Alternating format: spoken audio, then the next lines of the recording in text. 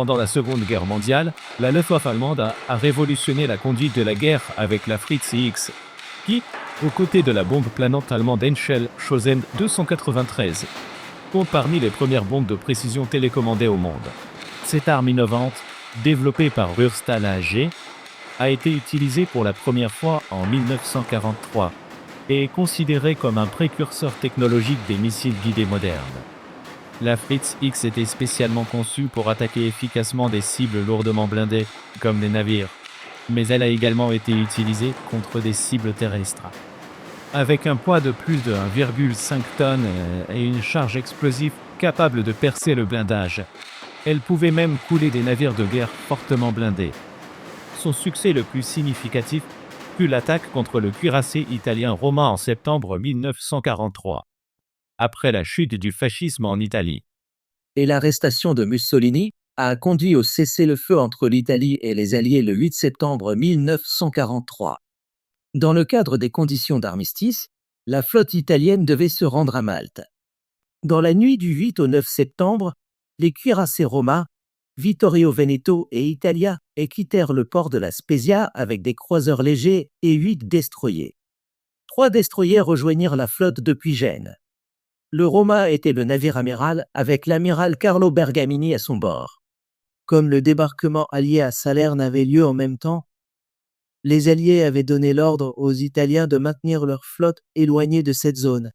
Sinon la flotte serait considérée comme hostile et serait attaquée. C'est pourquoi l'escadre italienne a suivi un cap le long de la côte ouest de la Corse.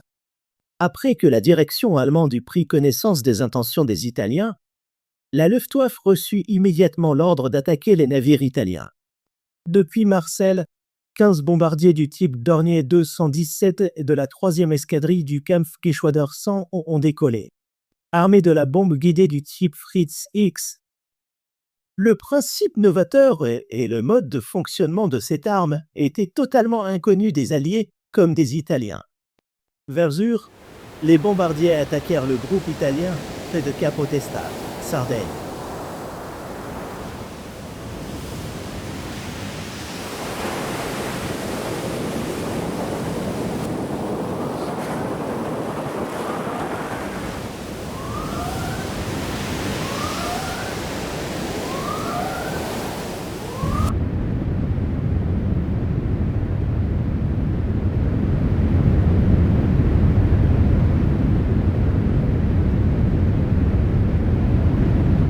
Les bombes conventionnelles étaient normalement larguées à un angle de 80 degrés, presque directement au-dessus de la cible.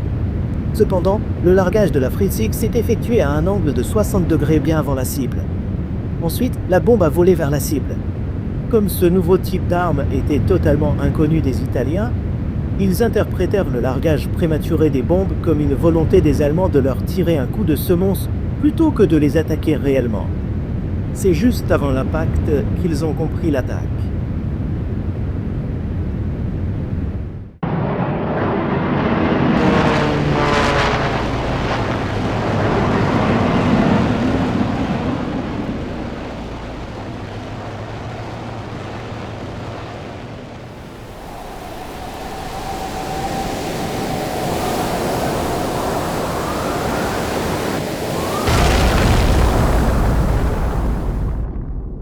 En l'espace de 5 minutes, le Roma a été touché 2 fois. La première bombe a frappé l'arrière, mais n'a pas explosé, mettant plutôt le feu à l'arrière. Ce coup a provoqué des voies d'eau, entraînant une réduction de la vitesse à 10 nœuds. En 2001, à 15h50, la deuxième bombe a frappé entre la tour de commandement et la deuxième tourelle principale avant. L'impact a provoqué l'explosion du principal magasin avant. Peu de temps après, le Roma a chaviré et a coulé. Parmi l'équipage, 596 hommes ont survécu. 1393 membres d'équipage, y compris l'amiral Bergamini, ont coulé avec le navire.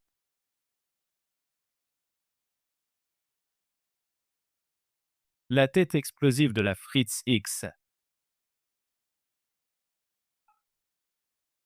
contenait 320 kg d'amatol, mélange de TNT et de nitrate d'ammonium.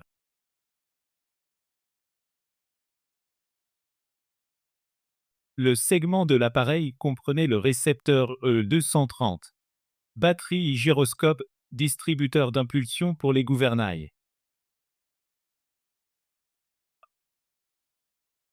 Le tube de frein servait aussi d'antenne.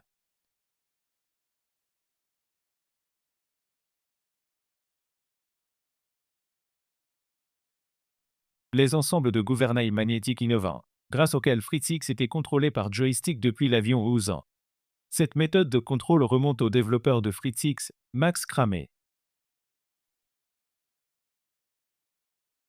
Le pot à torche existait en deux variantes. L'une était composée de torches, l'autre de lampes. Cela aidait à guider visuellement la bombe vers la cible.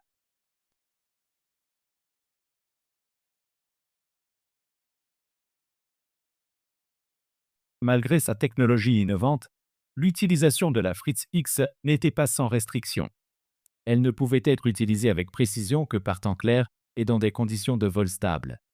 Malgré ces limitations, le Fritz X a marqué un jalon dans la technologie militaire.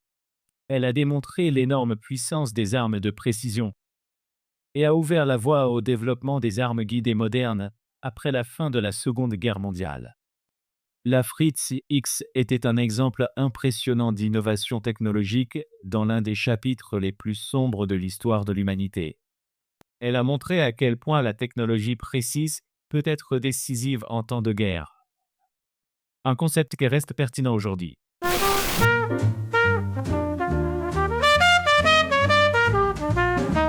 Wille zur Wahrheit heißt ihr's, ihr Weisesten, was euch treibt und brünstig macht.